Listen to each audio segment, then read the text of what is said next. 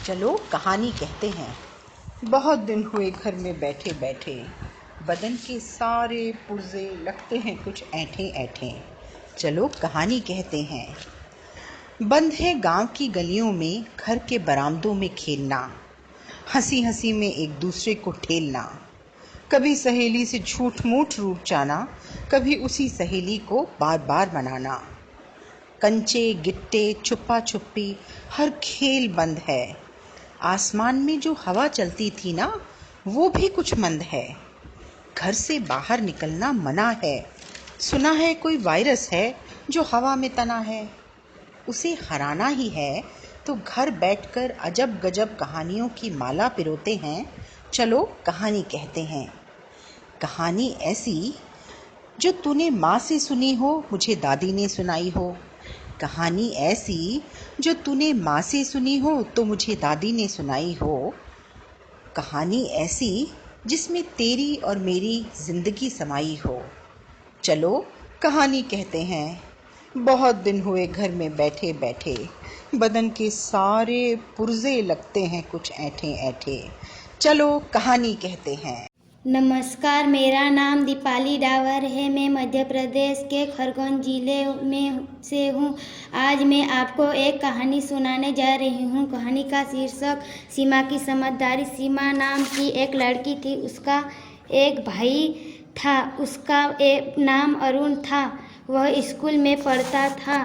सीमा के माता पिता उसको नहीं पढ़ाते थे। सीमा ने अपने माता पिता से कहा, मैं भी भैया के साथ तरह पढ़ने जाऊंगी।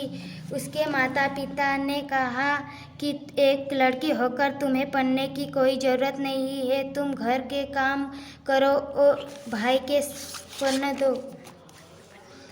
सीमा उदास हो गई। उसने सोचा, ठीक है, घर में मैं भाई से पढ़ लूँगी।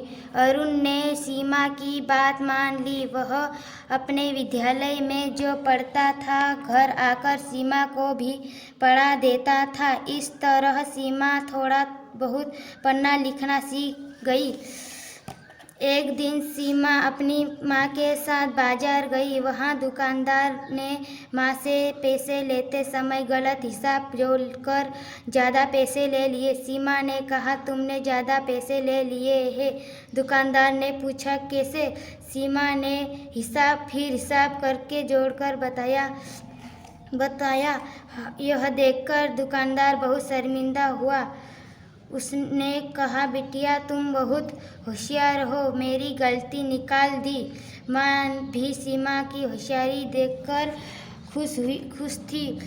जब वह बात सीमा के बाबूजी को पता चली तो उन्होंने कहा, मेरी ही भूल थी, बेटी को मुझे बेटी को विद्यालय भेजना चाहिए था। ठीक है, कल से सीमा भी पढ़ने जाएगी। सीमा बहुत खुश थी। धन्यवाद।